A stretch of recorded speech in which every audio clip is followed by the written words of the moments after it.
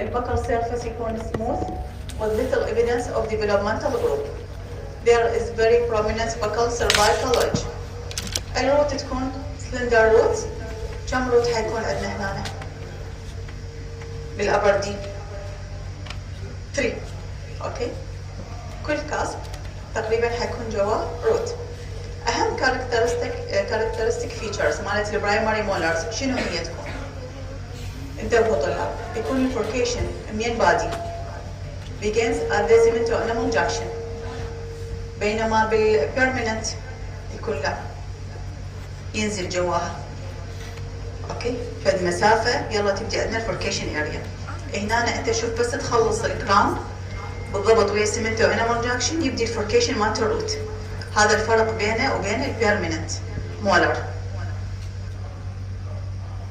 بالنسبه للاناتومي اوف ذا بالب يكون البالب هورنز corresponds to each cusp.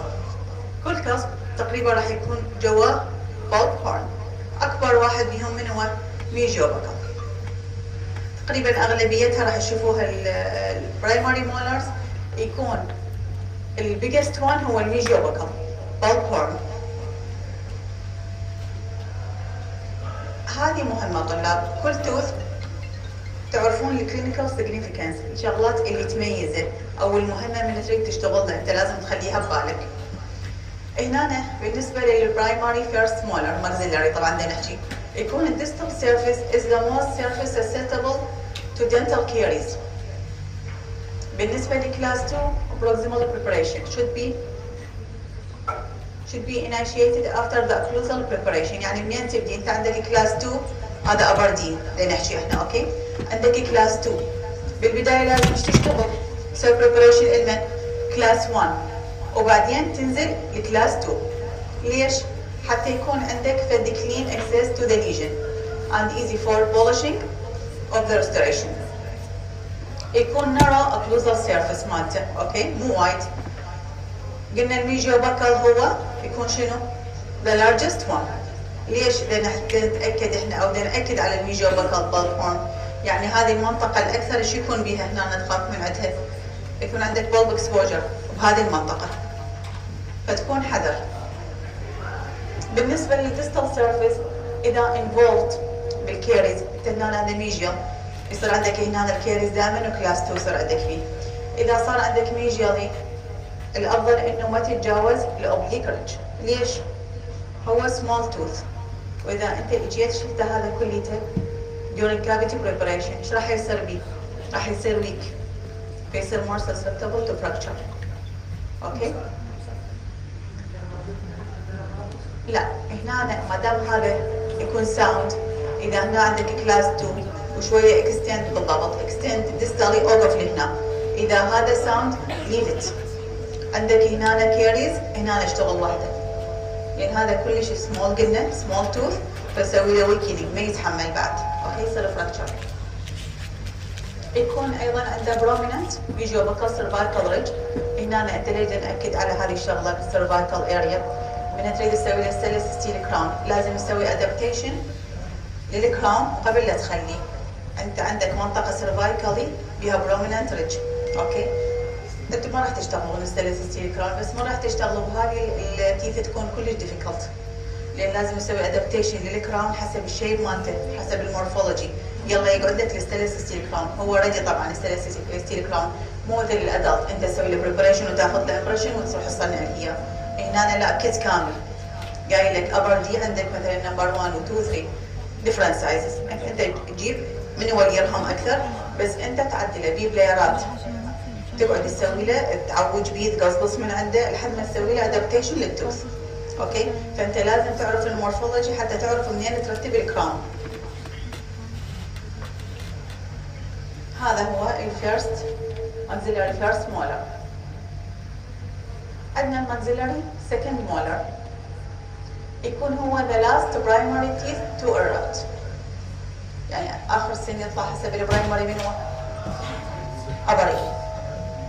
complete eruption للall primary dentition يعمر السن 28 to 30 months، يعني ايش قد تقريبا 2 سنين ونص كل الاسنان اللبنيه المفروض طالعه.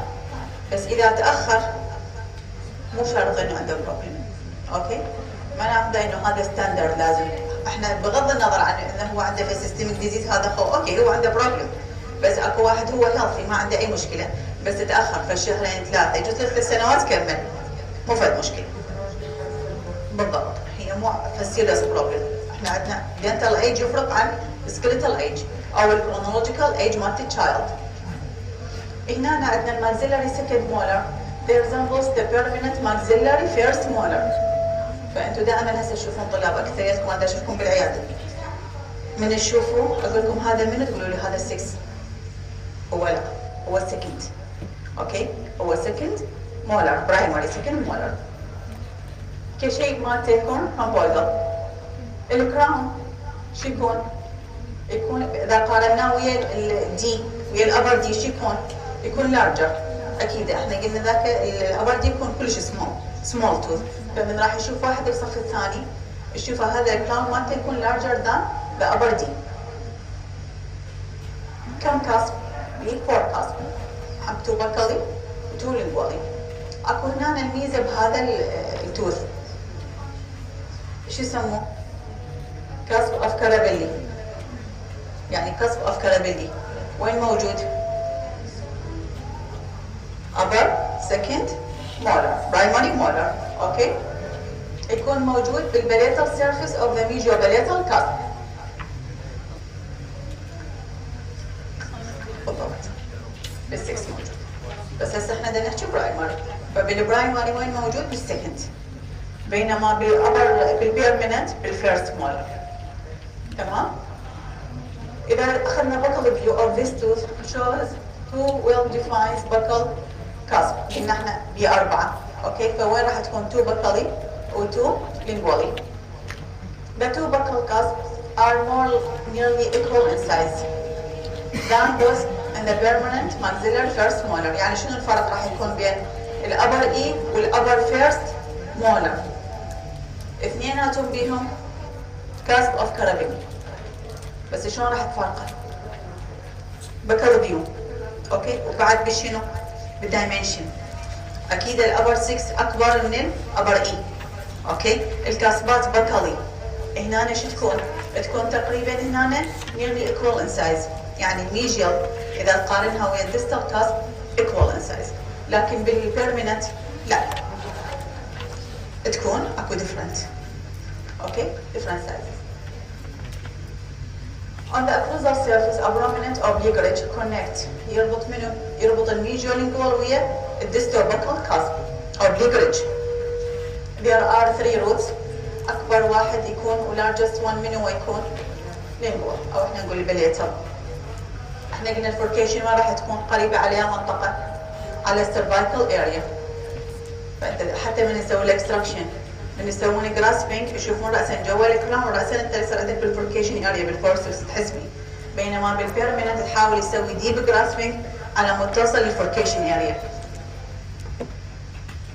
الاناتومي اوف ذا بالب هو كم روت بي؟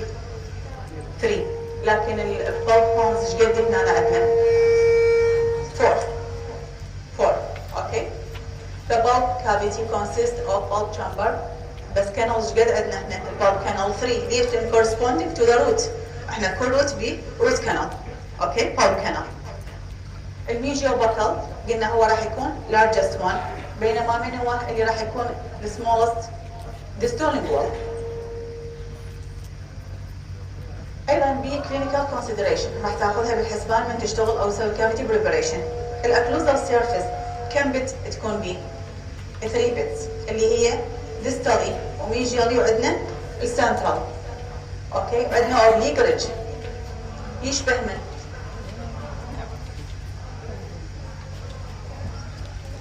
فيرست بيرمننت مولر. من تشتغلون الكافيتي بريبريشن مالت الابر فيرست بيرمننت مولر شو تسوون؟ كم كافيتي؟ اذا الاوبليك ريدج ساوند تسوون 2 كافيتي صح لو لا؟ تكون سيبريتد. ليش؟ لان هذا ساوند انا ما اريد اضعف التوث فابقيه. أكثر وحدة تكون susceptible to caries من هي؟ which bits بالنسبة للأبر إي؟ central. أكثر وحدة تكون susceptible to dental caries هي central bits. اوكي. فاذا صارت وياها الميجيالي اسويها 1 كافيتي والديستال كافيتي الون سيبريتد. تمام.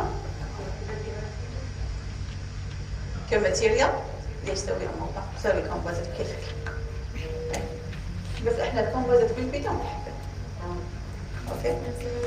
اللي ما يهتم بالاورال كافيتي مالتك ودراينس ما راح تحصله مضبوط. فانت ليش تعرض الطفل انه انت ما راح تسوي له سكسسفول مانجمنت؟ ايش قد راح تطول انت من مشتغل البيتا تريد تطول قد فتره طويله لان انت بصعوبه قعدت واشتغلت له. فاني ليش اقول لكم دائما اشتغلوا له امالكم. وانا اكد على امالكم، قلت لكم انا اولادي اشتغلت لهم امالكم. اوكي؟ لان خلي طلع فتره طويله. فانا اقدر اشتغل لهم افضل نوع كومبوزيت موجود، صح ولا لا؟ انا ما امن عليه، انا اريد في شيء امن عليه. فاشتغل له امالجم. امالجم تطول. كلش صعبه ما تقدر تضبطها بالبيتا. فلا تحاول تجازف او تقعد تبدا ويا البيتا. انت سوي له في شيء يكون عملي. احنا نريد في شيء عملي. ياكل عليه ويطلع فتره طويله، اوكي؟ ايه ما راح يقدر، مين يكبر خليه يسوي بعد كوزمتكس فولنج بكيفه. بحاله وحده الطلاب يسووها 1 كافيتي، ايش وقت؟ اذا كان البريدج بي involved او undermined، انت جيت نظفت الميجيالي والديستالي ووصلت حتى جوا الرج، يعني بقى في الشيء سن، هذا ما راح يبقى، هذا راح يكون ويك، يصير بي فراكتشر. فانت الافضل انه تسويها بهالحاله فقط، تسويها 1 كافيتي، تسوي اكستنشن كلها تمدها وتسويها از 1 كافيتي. عشان طلعت من جد.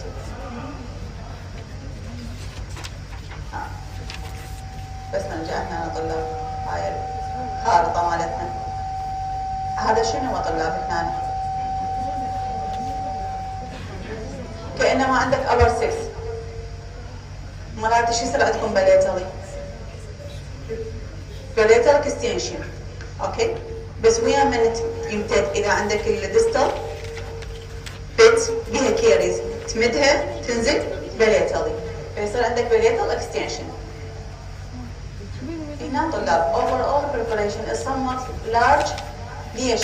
يكون الكافيتي preparation مالت كلاس 2 بالبرايمري تيث يكون large. ليش؟ يعني الكونتاكت هنا بالبرايمري شو تكون؟ قلناها بهيك المحاضرة تكون سيرفيس مو بوينتد، يعني كأنما الديستال أو الميجيال الوول كلها تكون كونتاكت، أوكي؟ فتكون فلات برود كونتاكت. وهنا شنو الميزة مالت كلاس 2 cavity preparation بالبرايمري teeth؟ The bulb does not extend far into dentine. ليش؟ احنا قلنا شنو البلب هون شو تكون؟ تكون لارج، ونفس الوقت هو البرايمري اصلا الكراون مالته شو يكون؟ سمول كراون، فانت تتوقع اول ما تبدي تسوي كافيتي بريبريشن يكون قريب عليك البلب هورن، فمن تسوي اكستنشن لا تسويه كلش وايد، يعني باي لحظه يصير عندك اكسبوجر، اوكي؟ الديستو اوكلوزال الدي او بريبريشن از ديفيكولت، ليش؟ يعني الكونتاكت قلنا شو تكون؟ abroad in all direction. فالكافيتي بريبريشن دائما تتعاملون هسه من عنده بالبيدو يشوفون الكونتاكت من الفتحوها كلش صعبه، صعب البريبريشن مالتها. اكو شغله مهمه تنتبهون عليها طلاب، هاي مهمه. This preparation اللي هو من هو؟ كلاس 2 بس وش كلاس 2؟ الدي او. الدي او معناها ويا من راح يكون بالنسبه للابر اي؟ بالضبط ويا الفيرست مولر، اوكي؟ هنا يكون should not be neglected. ليش؟ يعني ما تغلس عليه اذا اكو عندك هنا بادي كيريز. ليش؟ لان ايش راح يسوي لي؟ راح يؤدي لي منه؟ بالضبط راح يؤدي لي يسوي ديكالسيفيكيشن المن للميزيال سيرفيس مالت الابر 6، فهاي تتبعون عليها. عندنا اللور دي mandibular first molar الاربشن about 14 to 16 months of life. هنا الفرق مالته عن بقية الأسنان كلها it does not resemble any of permanent teeth.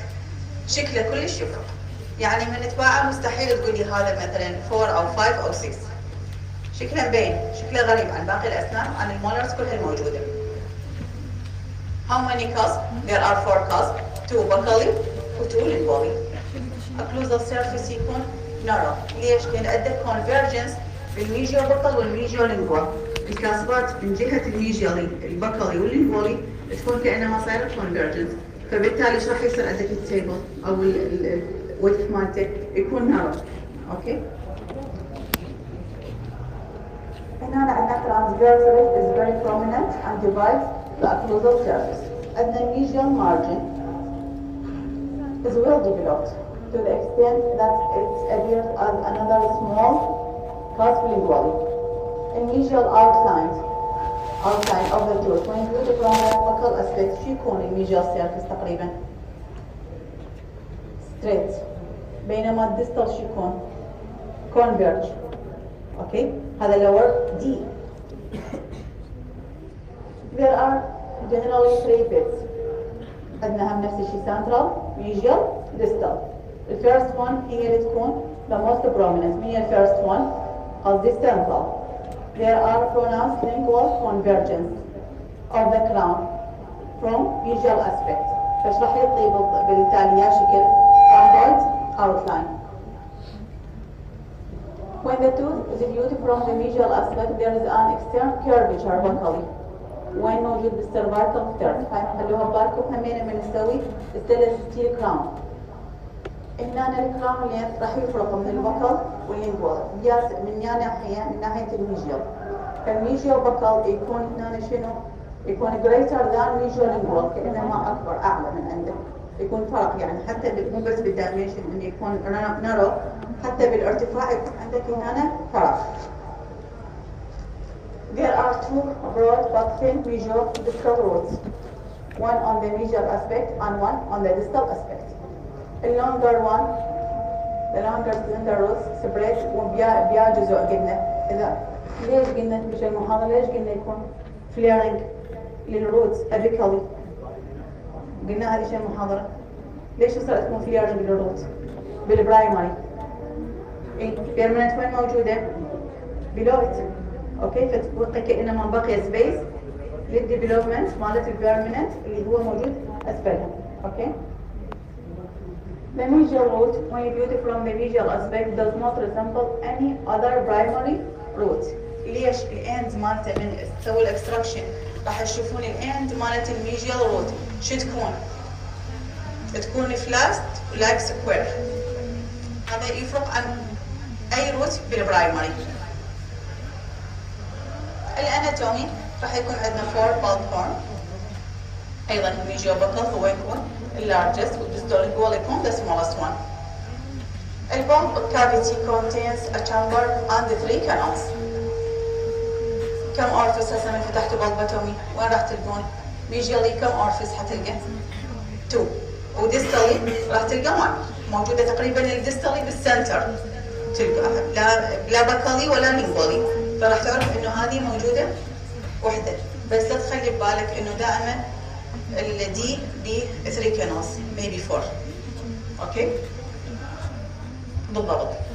اوكي لان اكو هسه يجوز حتى بكم اللي ما يدري ويقرا هيجي الشربة ومن يطلع يتخرج بعدين مثل الاطباء الموجودين يقول لا هو المفروض ب 2 كانالز لان هو مكان الفور فيحسب حساب انه الفور مو راح يطلع بمكانه فالفور ميبي 2 كانالز يقول لا اديها من 2 كانالز لا ما له علاقه. اوكي فهو 3 وميبي 4. عندكم الميجيو بكال والميجيو لينجوال كانالز ار كونفلوينت. شنو كونفلوينت؟ بلا كلام اللي يريد يحكي خليه يطلع برا يسولف. بعدين بالامتحان قولوا صعبه وما ندري بيها شنو الاسئله. اوكي شدوا حيلكم نص السنه اعطيتكم اياها سهله. يلا شنو كونفلوينت؟ انا ليش اركز عليكم مرات على المصطلحات حتى من تجي بالامتحان تعرف شنو معناها ترجمتها شنو. لان هسه اكثر الطلاب من اوقف مراقبه يسالوني على مصطلحات ما يعرف شنو معناها فبالتالي ما يعرف يجاوب. شنو كونفلوينت؟ هذه شنو كونفلوينت؟ قلنا الميجيو بكال والميجيو لينجوال كانالز ار كونفلوينت. لا مندمجة، تكون بالبداية مندمجة، بعدين leave the chamber in the form of a ribbon. شنو ribbon؟ لا على شكل أشرطة بعد تفترق. اوكي؟ فبالتالي الميجيالات اثنيناتهم راح يكونون بالبداية كونفلوينت كأنما مدمجات. الديستال لا تكون سيبريتد من البداية.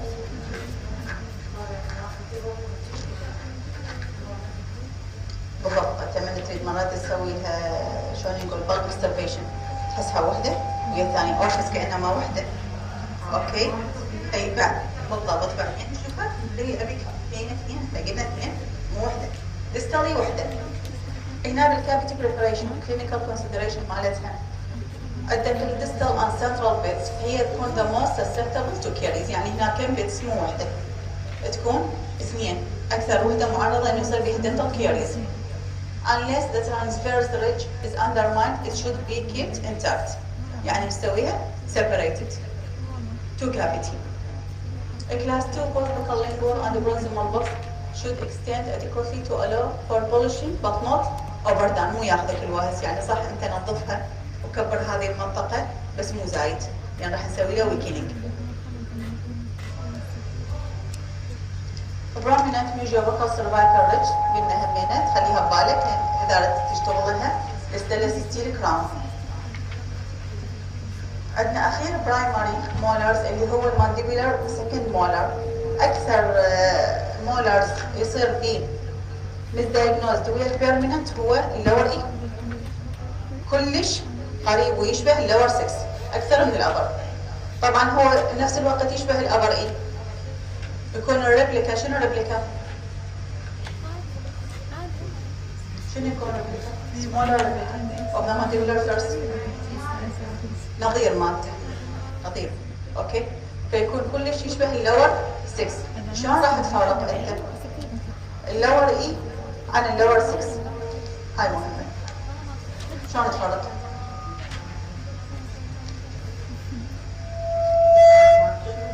مرات يجيك اللور 6 اللور اي كلش كبير، يعني حتى السايز مالته يدوخك يكون بلكي، يعني ما يتفاعل تقول لا هذا لور 6 مستحيل هذا لور اي.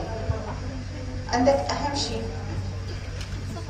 هنا عندنا there are 5 cusps وراح نشوف شنو اللي راح تميزها عن ال 6. there are on the buccal surface and 2 on the lingual surface. ايش قد موجودات بقلي؟ 3. هنا البقل surface is divided into 3 cusps that are separated by mesial-buccal with distal-buccal developmental groove. The cusps are almost equal in size. إذا تشوفوها تقريبا الكاسبات كلها the same size. اوكي؟ هسه اشوفكم بعدين البيرمننت شلون راح تفرق وياها كشيء. اللينجوال قلنا 2 cusps واكو lingual groove separated between them. There are 3 bits at the central being here تكون the deepest and distal and mesial less prominent. The primary maxillary molar when you view from the occlusal surface a pure rectangle. The mesial marginal ridge is developed to greater extent than the distal one. الروت تكون long, slender, okay. هنا الكاركترستيك فيتشرز مالتها يكون فلير ميجو ديستالي، منين يبدي الفليرنج مالتها من الميدل ويستمر للابيكال ثيرد. عندنا 2 rows which are narrow ميجو ديستالي but very broad buccal-lingual. شنو يعني ميجو ديستالي؟ هسه لما نسوي اكستراكشن اذا تباعه نشوف الميجو ديستال دايمنشن مالته narrow، بس اذا تفر التوث يكون وايد buccal-lingual. اوكي؟ The anterior بالضبط يكون slender. اوكي؟ هنا sorry. One difference between the crown of a primary molar and that of the first permanent molar is the distal-buccal cusp. ايش بيه هذا؟ انت permanent molar شو يكون؟ smaller than other 2 cusps. بينما احنا بالبرايمري قلنا ثلاثتهم شو يكونون؟ equal in size.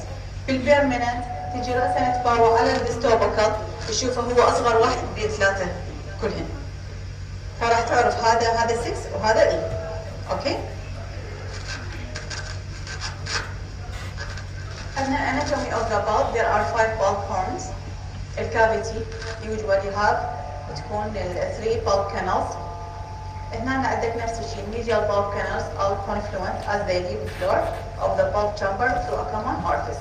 الديستال canal تكون constricted in the center بالسنتر موجودة. لكن الاي اللور اي ترى mostly تكون 4 canals مو 3 canals. لما تشتغلون راح تشوفوها حتى بعدين تشتغلون بالبكتم تشوفوا 4 canals. الميجيوباكال bulb horn is the large والديستال horn is the smallest one.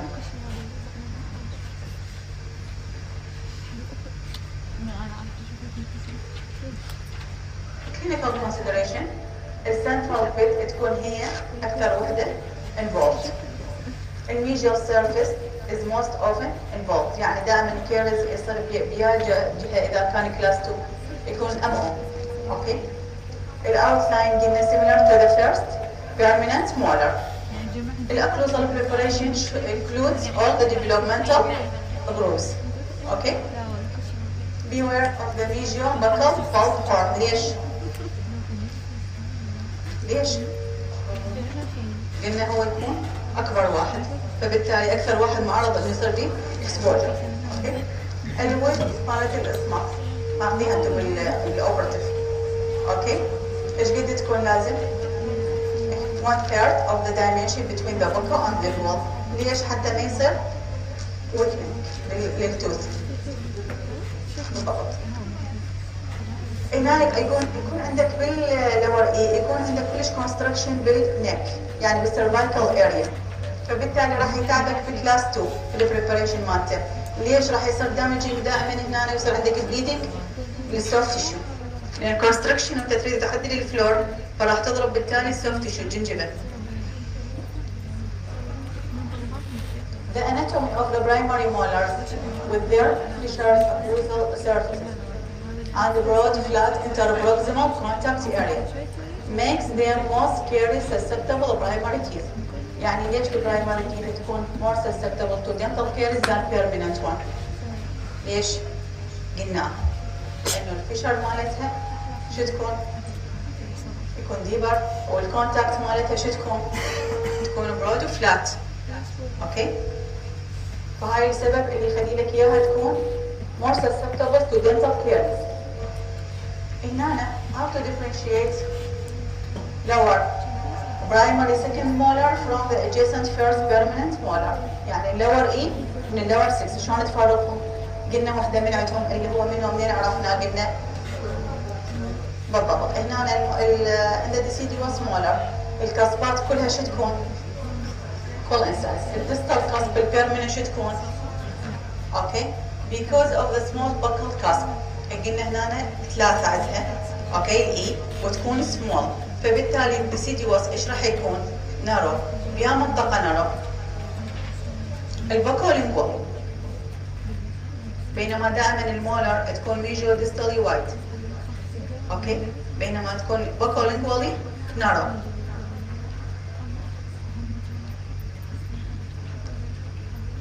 هسه هذا بين بقى هذا الكاسب بقى هنا تقريبا equivalent size.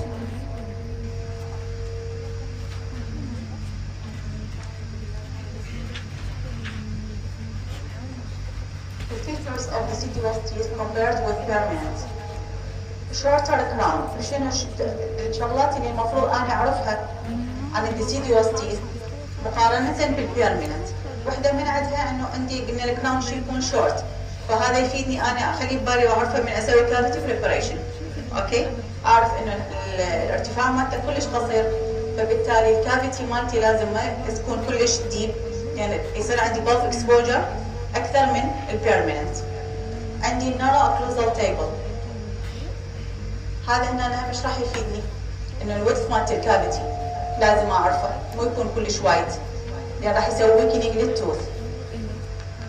عندي هنا الكونستركشن موجود بالسيرفايكال اريا قلنا وين راح ياثر لنا بيا كلاس 2 فراح اخلي ببالي انه انا من اسوي كافيتي بريبريشن وقلنا تكون الكونتاكت تكون وايد وفلات. اوكي فاحنا هنا حتى مرات يعني نحتاج نشيل الكونتاكت اريا كلها على مود انظف اني كلاس 2 اوكي، حتى اوصل للكلين دنتين والبوردر مالتي تكون كليتها كلين. فلازم اخلي ويدج وماتريكس باند وارجع اخلي فولنج.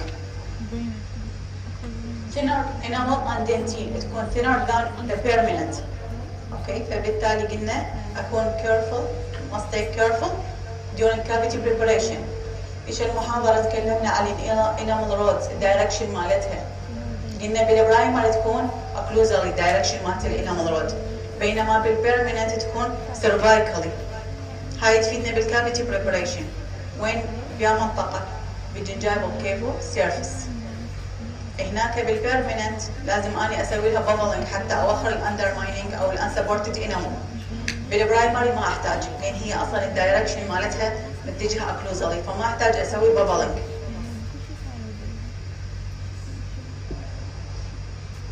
هنا قلنا الكونتاكت شو تكون برود اند فلات، هذه تفيدك بالكلاس 2 كافيتي بريبريشن.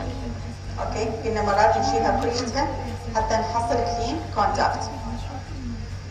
وايدر من يا ناحيه قلنا الميجو ديستال دان منو؟ سيرفايكال اوكلوزال، يعني الارتفاع مالتها. هذه من تختار الستانلس ستيل كراون لازم يسوي له شورتنينج، تقص من عنده حتى يصير ادابتيشن لللينث مالته، يعني هنا يكون شورت. الكلر اكيد البرايمري قلنا ايش المحاضره شو تكون وايتر ذان ذا بيرمننت، فبالتالي الشيد مالتك ايش راح يكون اذا تسوي كومبوزيت؟ تاخذ يا الوان، الالوان اللي افتح على مود توالف الكلر مال البرايمري. عندك اهم شيء بالسيرجيكال بروسيجر بالنسبه للانتيريور تيث الروت شلون تكون كونيكال او سنجل، فالاكستراكشن مالتها كلش ايزي، يعني مجرد ما اسوي روتيشن خفيفه راسا نشوف التوث يطلع. بينما الاكستراكشن مالت المولر تكون ديفيكولت. ليش تكون ديفيكولت بالبرايمري؟ قلنا لان صاير بيها روتات فليرنج صاير على مود تبقى سبيس. قلنا للبيرمننت، فالاكستراكشن مالت البرايمري مولر يكون ديفيكولت.